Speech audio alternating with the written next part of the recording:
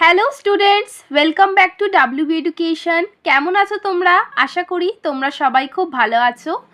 আজকের এই ভিডিওতে আমরা সপ্তম শ্রেণীর যে ইতিহাস টেক্সট বই আছে সেখানে তৃতীয় অধ্যায় ভারতের সমাজ, অর্থনীতি ও সংস্কৃতির কয়েকটি ধারা, খ্রিস্টীয় সপ্তম থেকে দ্বাদশ শতক, এই যে চ্যাপ্টারটা আছে এর ওপরে ভিত্তি করে তোমাদের যে অনুশীলনী দেয়া আছে বইয়ের পেছনে সেটা কিন্তু আমরা এই ভিডিওতে আজকে সম্পূর্ণ আলোচনা করব। তো চলো আজকের এই ভিডিওটা শুরু করা যাক। প্রথমেই দেখো একের দাগে আছে নিচের নামগুলির মধ্যে কোনটি বাকিগুলির সঙ্গে মিলছে না তার তলায় দাগ দাও। প্রথমে বলেছে নাড়ু, চোল, উড় আর নগরব। এখানে যেটা মিলছে না সেটা হচ্ছে চোল, ঠিক আছে? তোমরা চোলের তলায় দাগ দেবে। খ অদন্তপুরী, বিক্রমশীল, নালন্দা, জগদ্দল, লখনৌতি। এখানে কিন্তু লখনৌতিটা বেমানান। জয়দেব, ধীমান, বিটপাল, সন্ধ্যাকর, নন্দী, চন্দ্রপাণি, দণ্ড। এখানে যেটা বেমানান সেটা হচ্ছে জয়দেব। খ লুইপাদ, অশ্বঘোষ, সরহপাদ আর কাহুপাদ। এখানে যেটা বেমানান সেটা হচ্ছে অশ্বঘোষ। তাহলে চোল, লখনৌতি, জয়দেব আর অশ্বঘোষ এই চারটে হচ্ছে বেমানান। দুয়ের দাগে আছে নিম্নলিখিত বিবৃতিগুলির সঙ্গে তার নিচের কোন ব্যাখ্যাটি তোমার সবচেয়ে মানানসই বলে মনে হয়? ক বিবৃতি, বাংলার অর্থনীতি পাল সেন যুগে কৃষি নির্ভর হয়ে পড়েছিল। প্রথম ব্যাখ্যায় বলেছে পাল সেন যুগে বাংলার মাটি আগের যুগের থেকে বেশি উর্বর হয়ে গিয়েছিল। সেকেন্ড ব্যাখ্যাটায় বলেছে পাল আর সেন যুগে ভারতের পশ্চিম দিকের সাগরে আরব বণিকদের দাপট বেড়ে গিয়েছিল। আর ব্যাখ্যা তিন, পাল সেন যুগে রাজারা কৃষকদের উৎপন্ন ফসলের উপর কর নিতেন।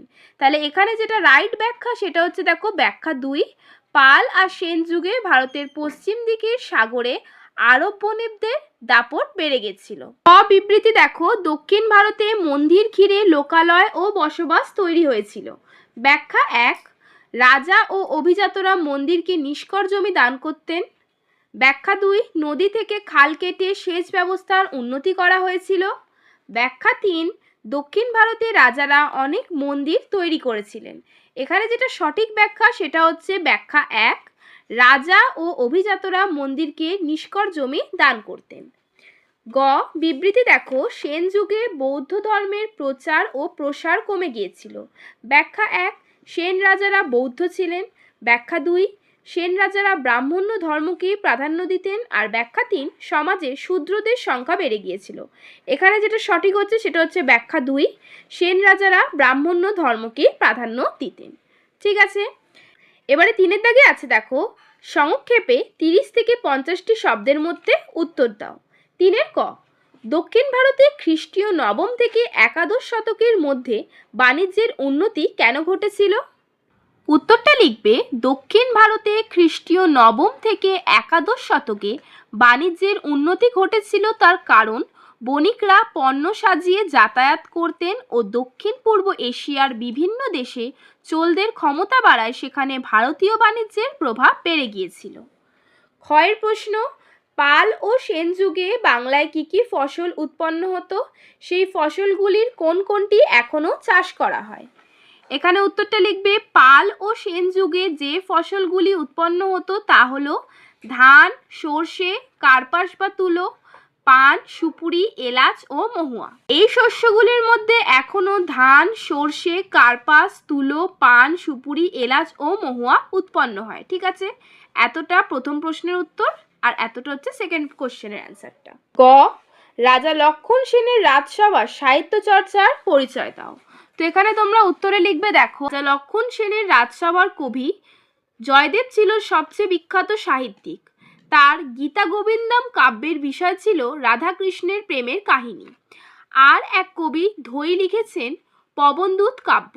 আরও তিনজন কবি ছিলেন গোবর্ধন, উমাপতিপর এবং শরণ। কবি শ্রীধর দাস কর্তৃক সংকলিত সদুক্তি কণার মৃত গ্রন্থে বিভিন্ন কবিদের লেখা কবিতা স্থান পেয়েছে। সেই যুগের গ্রন্থধর্মী কঠোর অনুশাসনের সঙ্গে সাহিত্যেরও যোগ ছিল। ঠিক আছে, তিনের ঘ পাল শাসনের তুলনায় সেন শাসন কেন বাংলায় কম দিন স্থায়ী হয়েছিল? তো এখানে তোমরা উত্তরটা দেখো, এভাবে লিখবে, যেসব কারণে পাল শাসনের তুলনায় সেন শাসন বাংলায় কম দিন স্থায়ী হয়েছিল সেই কারণগুলি হলো, প্রথম পয়েন্ট, 400 বছরের বেশি দিন শাসন করে বাংলায় ভালোভাবে শেকড় গড়েছিল পাল শাসন, কিন্তু 100 বছরের বেশি সময় সেন শাসন তা করতে পারেনি। নেক্সট পয়েন্ট, গোপাল যখন রাজা হয়েছিল তখন তার পিছনে জনসমর্থন ছিল, কিন্তু বিজয় সেনের এমন কোনো জনসমর্থন নিয়ে ক্ষমতায় আসেনি। নেক্সট পয়েন্ট লিখবে, শিক্ষা দীক্ষায়, ধর্মচর্চায়, শিল্পকলায় পাল যুগ অনেক এগিয়ে ছিল সেন যুগের তুলনায়। এই 3টে পয়েন্টে স্টুডেন্টস তোমরা লিখবে। 4-এর দাগে আছে, বিশদে 100 থেকে 200টি শব্দের মধ্যে উত্তর লেখো। ক, ভারতের সামন্ত ব্যবস্থার ছবি আঁকতে গেলে কেন তা একখানা ত্রিভুজের মতো দেখায়? এই ব্যবস্থায় সামন্তরা কিভাবে জীবিকা নির্বাহ করত? উত্তরটা তোমরা এইভাবে লিখবে, ভারতের সামন্ত ব্যবস্থা কেন ত্রিভুজ আকৃতির দেখায়, এটা প্রথম প্রশ্নের উত্তর দিয়ে লিখবে। প্রথম পয়েন্ট, ক্ষমতার ক্রম পর্যায়। এই ব্যবস্থায় শীর্ষে একজন প্রধান শাসক বা রাজা থাকতেন, রাজার নিচে ছিলেন বড় সামন্ত, তার নিচে ছোট সামন্ত, এভাবে ক্ষমতা নিচে নেমেছে। সেকেন্ড পয়েন্ট হচ্ছে ভূসম্পত্তির বিন্যাস। রাজা বিশাল জমির মালিক হতেন যা তিনি সামন্তদের দিতেন, সামন্তরা তা কৃষকদের মধ্যে বন্টন করত, যা নিচের দিকে কমতে কমতে এক ত্রিভুজ আকার রূপ নেয়। 3 নম্বর পয়েন্ট, শোষকের অনুপাত। শোষক বা ক্ষমতা ভোগকারীর সংখ্যা ওপরের দিকে কম এবং নিচের দিকে সাধারণ কৃষক ও শ্রমিকের সংখ্যা অনেক বেশি, যা একটি পিরামিড তৈরি করে। এবারে নেক্সট কোয়েশ্চেনের অ্যান্সারটা লিখব, সামন্তদের জীবিকা নির্বাহের পদ্ধতি। ফার্স্ট পয়েন্ট হচ্ছে কৃষক শোষণ। সামন্তরা তাদের শাসিত অঞ্চলের কৃষকদের কাছ থেকে উচ্চ হারে রাজস্ব অর্থাৎ ট্যাক্স আদায় করত। নেক্সট পয়েন্ট হচ্ছে ভূমি থেকে আয়। কৃষকরা সামন্তদের জমিতে কাজ করত এবং উৎপাদিত ফসলের একটি বড় অংশ বা পুরো অংশ সামন্তকে দিতে বাধ্য থাকত। নেক্সট পয়েন্ট হচ্ছে রাজার উপটৌকন। ছোট সামন্তরা বড় সামন্তদের এবং রাজাকে সামরিক বা প্রশাসনিক পরিষেবা দিত, এর বিনিময়ে তারা ভূমি, কর আদায়ের অধিকার এবং উপটৌকন পেত। নেক্সট হচ্ছে বিচার ও প্রশাসনিক ক্ষমতা। স্থানীয় অঞ্চলের ওপর প্রশাসনিক বিচার ও শাস্তিমূলক ক্ষমতা থাকায় তারা সাধারণ মানুষের কাছ থেকে জরিমানা বা অন্যান্য ফি আদায় করত। শেষে তোমরা উপসংহার হিসেবে লিখবে, 7ম শতাব্দীতে গুপ্তোত্তর যুগ থেকে এই সামন্ততান্ত্রিক প্রবণতা ভারতে প্রবল আকার ধারণ করেছিল, যেখানে জমির ওপর ভূস্বামীদের অর্থাৎ সামন্ত প্রভুদের কর্তৃক প্রতিষ্ঠিত হয়। খ, পাল ও সেন যুগের বাংলার বাণিজ্য ও কৃষির মধ্যে তুলনা করো।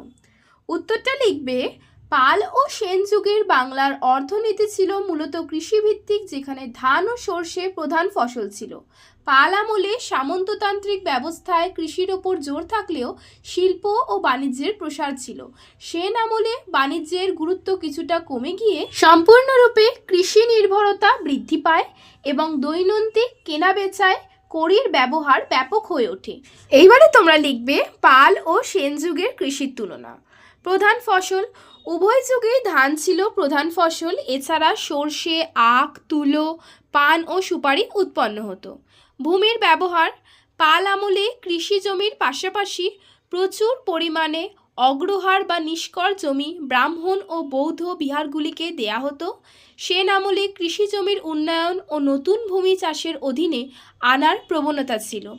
উৎপাদন, পাল ও সেন উভয় যুগেই বাংলার গ্রামীণ অর্থনীতি উন্নত ছিল এবং কৃষি উৎপাদন বৃদ্ধি পেয়েছিল।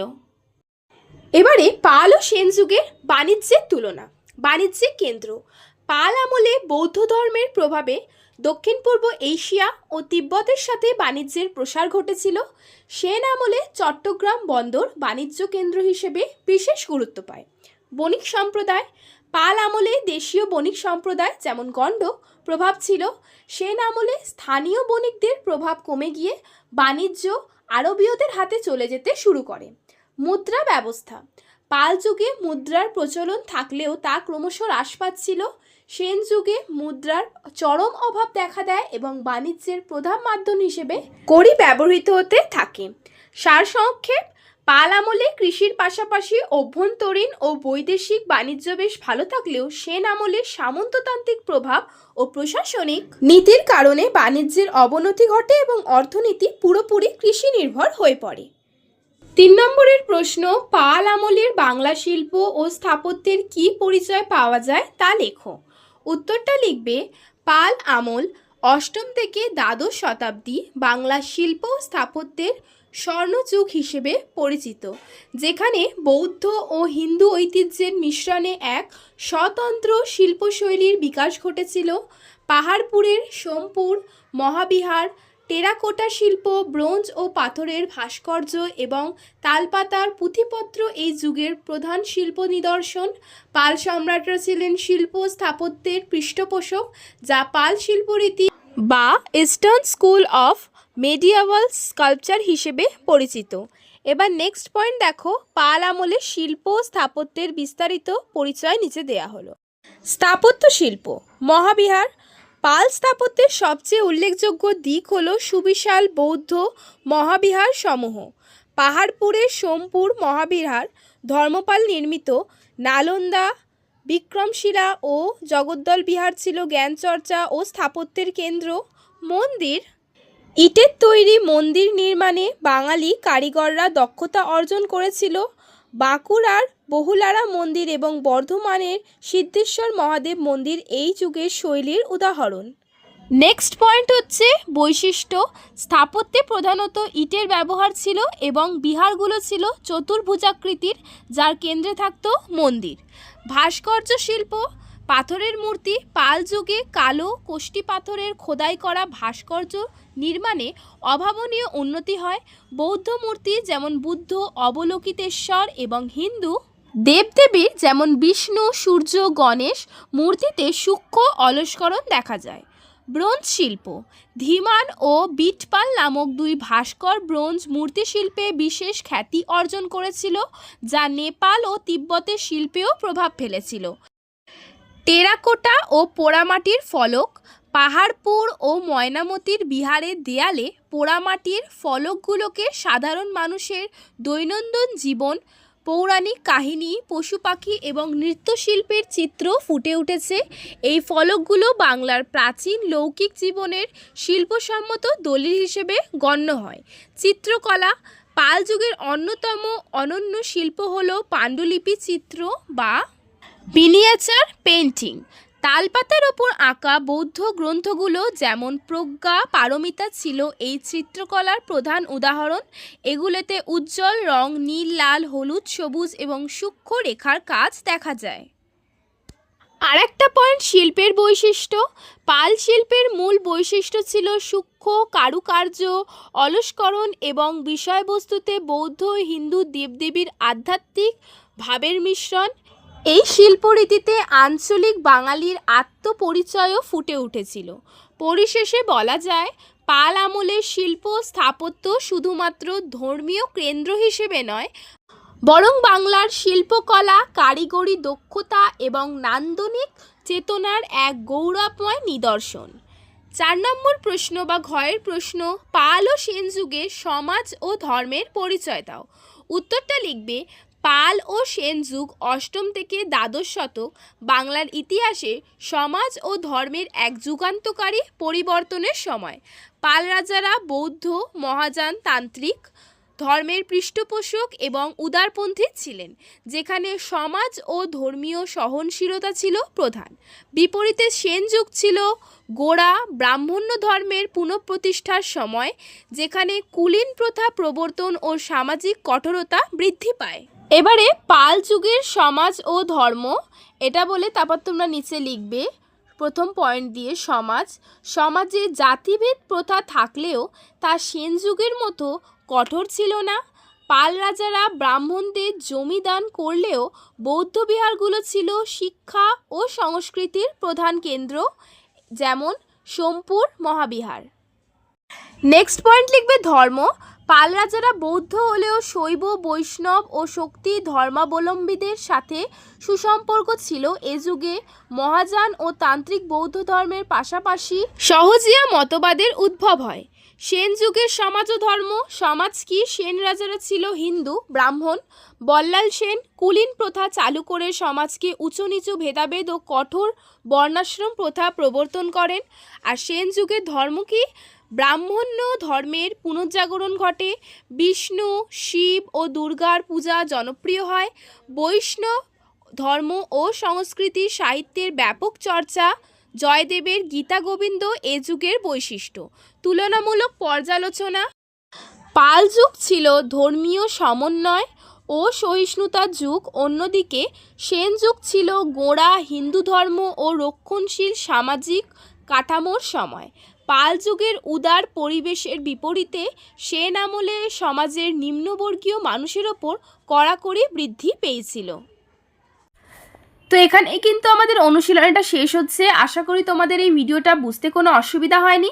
তাও যদি কোনো জায়গায় কোনো অসুবিধা হয় আমাকে কিন্তু কমেন্টে জানাতে ভুলবে না।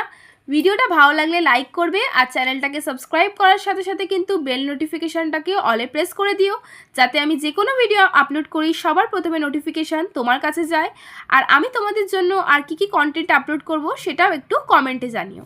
থ্যাংক ইউ চ্যানেলে ভিজিট করার জন্য।